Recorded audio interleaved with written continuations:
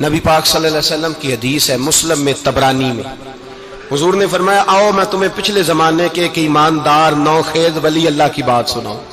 پچھلے زمانے حضور نے فرمایا پچھلے زمانے میں ایک بادشاہ جادو کے زور پہ حکومت کرتا تھا۔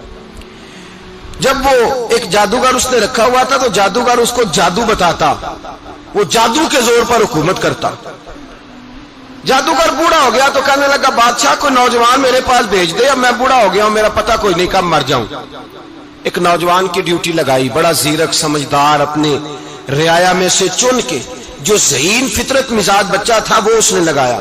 اللہ کے محبوب علیہ الصلوۃ والسلام فرماتے ہیں بچہ جادو سیکھنے لگا، وقت گزرنے لگا۔ بچہ جب جادو سیکھنے جاتا تو رستے میں ایک راہب بھی تھا جو انجیل جانتا تھا، وہ اللہ اللہ سکھاتا، لوگوں کو حضرت عیسیٰ علیہ السلام کی تعلیمات سے آگاہ کرتا۔ اس نے دیکھا کہ یہاں بھی لوگ اکٹھے ہیں تو وہ بچہ اس راہب کے پاس بھی اٹھنے بیٹھنے لگا۔ اب جب اس کے ساتھ اس کی گفتگو بڑھنے لگی تو اس کو باتوں میں لذت آنے لگی۔ اس نے راہب نے پوچھا کہ تو کون ہے اور کس طرح سے آیا ہے، کیا تیرا معاملہ ہے؟ اس نے کہا جی میں جادو سیکھنے جاتا ہوں، آپ کی باتیں مجھے بڑی اچھی لگتی ہیں۔ اس نے کہا دین سیکھ، جادو سیکھنے والے کافر ہو جاتے ہیں، قرآن و حدیث سیکھنے والوں کو اللہ کامل ایمان عطا فرماتا ہے۔ فرمایا یہ سیکھ۔ بچہ بیٹھنے لگا، اس کے پاس آنے لگا، باتیں دل میں گھر کرنے لگی۔ ایک وقت آیا کہ مسلمان ہو گیا، اور مسلمان کیسے ہوا؟ بچہ کہتا ہے میں تجربہ کر کے ہوا۔ اب میں تھوڑا سا وقت جادوگر کے پاس بھی جاتا اور باقی سارا وقت وہاں بیٹھتا۔ میں ایک دن جا رہا تھا تو رستے میں اژدہا تھا، بہت بڑا سانپ تھا، رستہ روک کے کھڑا تھا۔ یہ حضور نے بیان کی حدیث۔ نبی پاک صلی اللہ علیہ وسلم فرماتے ہیں بچہ کہتا ہے کہ رستے کے اندر سانپ ہے، رستے بند ہے، لوگ چھتوں درختوں پہ چڑھے ہراش ہے۔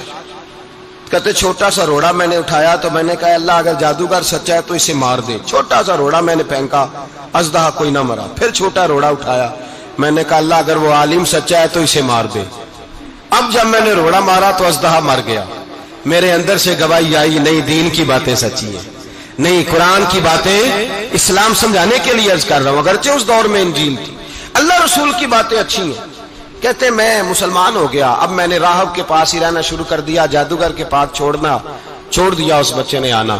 بادشاہ پوچھتا کہاں زیادہ وقت گزارتے ہو تو وہ بات گول کر دیتا، وقت تیزی سے بڑھنے لگا۔ اللہ نے اس نوجوان میں طاقت پیدا کر دی، اب وہ اس کے اندر نا اللہ نے توانائی روحانیت پیدا کر دی، ابھی جوان ہے، 14-15 سال عمر ہے۔ اللہ نے اب جو بیمار بھی آتا وہ دعا کرتا تو اللہ صحت عطا کر دیتا، جو بھی آتا۔ بادشاہ کا ایک درباری تھا، بادشاہ کو پنکھا جلتا تھا، وہ اندھا ہو گیا، کوئی ایسی تکلیف آئی کہ نابینا ہو گیا، بڑے علاج کرائے شفا نہیں ہوئی۔ کسی نے اس بچے کا پتہ بتایا کانوں میں، اس کے پاس گیا تو بچہ کہنے لگا شفا تو ہو جائے گی پر کلمہ پڑھنا پڑے گا، مسلمان ہونا پڑے گا، جس پیغمبر کا میں غلام ہوں تجھے بھی بننا پڑے گا، دین پہ عمل کرنا پڑے گا، اللہ شفا دیتا ہے۔ اس نے کہا تو مجھے کلمہ پڑھا، مجھے شفا دے، میں تیار ہوں۔ اس نے کہا شفا تو اللہ دیتا ہے۔ اس نے اللہ تبارک و تعالیٰ کا ذکر کر کے دعا مانگی، یہ مسلم شریف میں حدیث ہے، طبرانی میں موجود ہے۔ اللہ نے اسے شفا دی، اس نے کلمہ پڑھنا شروع کر دیا۔ یہاں ایک نقطہ لکھا ہے ہمارے علماء نے، کہتے ہیں جب اللہ ولایت عطا کرتا ہے نا تو یہ سفید بالوں والے کا حصہ نہیں ہوتی۔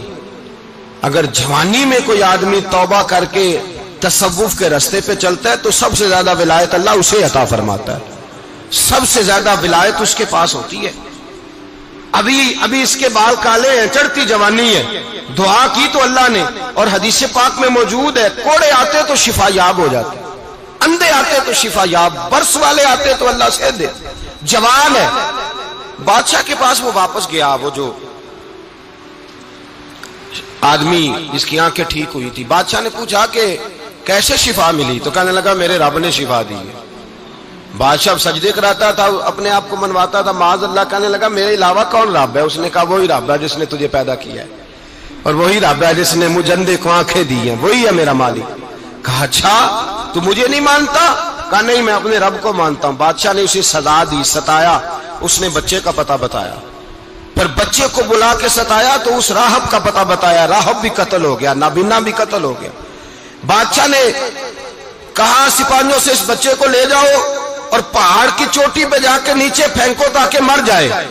بچہ پہاڑ کی چوٹی پہ گیا تو ہاتھ اٹھا کے کہنے لگا یا اللہ میرے لیے نہیں اپنے لیے، میرے لیے نہیں اپنے لیے انہیں اپنی قدرت کے جلوے دکھا.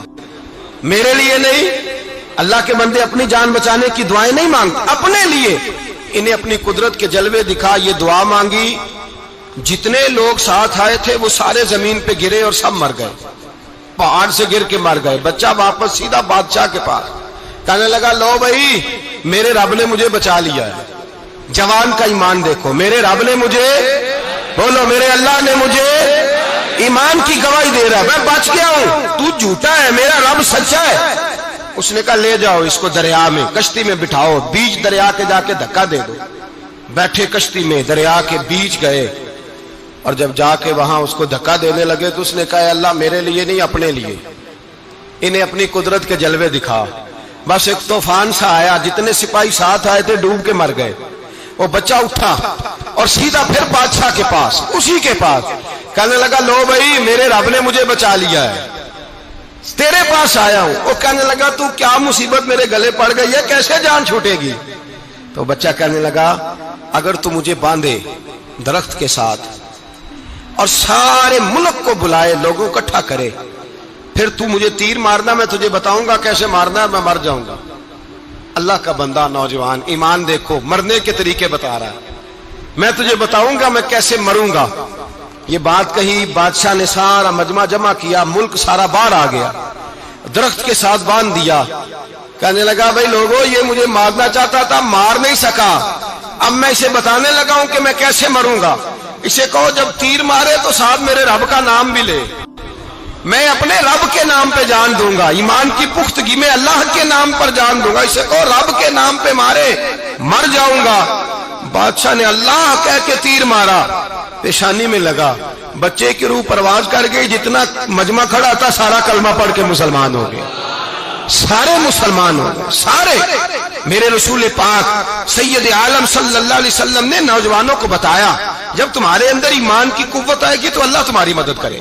فرمایا وہ نوخیز ولی تھا، ابھی جوان رانا تھا، ابھی اس کی پیشانی پر جوانی کے آثار تھے، لیکن اس نے اللہ کو راضی کیا، رب کریم کو راضی. ولایت کا مطلب بڑھاپا نہیں، ولایت کا مطلب وہ نہیں کہ جب بڑا لمبا وقت گزر جائے تو پھر آدمی آئے کہ نہیں اب کیا کرنا ہے، اب مسجد ہی ہے، اب تو اس کے علاوہ گزارا ہی کوئی نہیں. تو اس وقت کا آنا اللہ کی بارگاہ میں قبول تو ہے، لیکن شاباشی اسی کو ملتی ہے جو جوانی کا وقت آئے، جو عین اس وقت آئے جو وقت میرے رسول پاک علیہ السلام کے غلام عبداللہ ابن عمر، حضرت عبداللہ ابن عمر رضی اللہ تعالیٰ عنہ فرماتے ہیں کہ میں نکلا، مجھے سفر کے لیے جانا تھا، تو تھوڑی سی کھجوریں، تھوڑا سا سرکہ، ایک شہد کی بوتل، چیزیں میں نے سفر کے لیے ساتھ رکھ لی. میں جب مدینے سے باہر صحرا میں نکلا نا تو رمضان نہیں تھا، غیر رمضان تھا. میں نے ایک نوجوان کو دیکھا بکریاں چرا رہا ہے، بکریاں چرا رہا ہے. اے جوان، آپ فرماتے ہیں اس کا چہرہ بڑا نورانیت والا، گرد پڑی ہوئی پر بڑا حسین. فرماتے ہیں میں نے اس کو کہا کہ آ جاؤ کھانا کھا لو، روزے بھی نہیں تھے. کہنے لگا نہیں میں نے روزہ رکھا ہوا ہے. فرماتے ہیں میں نے کہا پتہ کروں کہ نیرا نیک ہی ہے کہ پرہیزگار بھی ہے. نیک وہ ہوتا ہے جو نماز پڑھے روزہ رکھے، پرہیزگار وہ ہوتا ہے جو گناہ سے بچے، وہ پرہیزگار ہوتا ہے. کہا پتہ کروں پرہیزگار بھی ہے کہ نہیں. کہتے میں قریب گیا تو میں نے جا کے اس کو کہا بھائی تیری بکریاں بڑی پیاری ہیں، میرا دل کرتا ہے ایک بکری مجھے دے دو.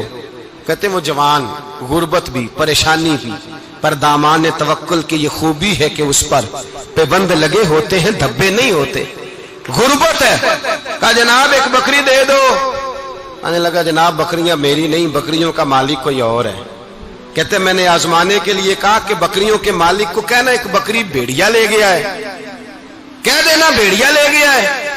تو کہتے اس نے میری طرف دیکھا، گرد سے اس کے بال اٹے ہوئے، آنکھوں میں روشنی، چہرے پہ اطمینان، لب و لہجے میں ایمان کی طاقت. نوجوان کہنے لگا حضور بکریوں کے مالک کو تو کہہ دوں گا بھیڑیا لے گیا ہے، جب عرش کا مالک پوچھے گا تو کیا جواب دوں گا، اللہ کو کیا جواب دوں گا. کہتے ہیں میں کانپنے لگا، اس کی بات سن کے واپس آیا، جو کام نکلا تھا وہ چھوڑا، واپس لوٹ آیا. میں نے پتہ کیا کس کا غلام ہے، پتہ چلا فلاں آدمی کا ہے. کہتے میں نے پہلے غلام خریدا، پھر پتہ کیا تیرے پاس بکریاں کتنی ہیں، اس نے کہا 400.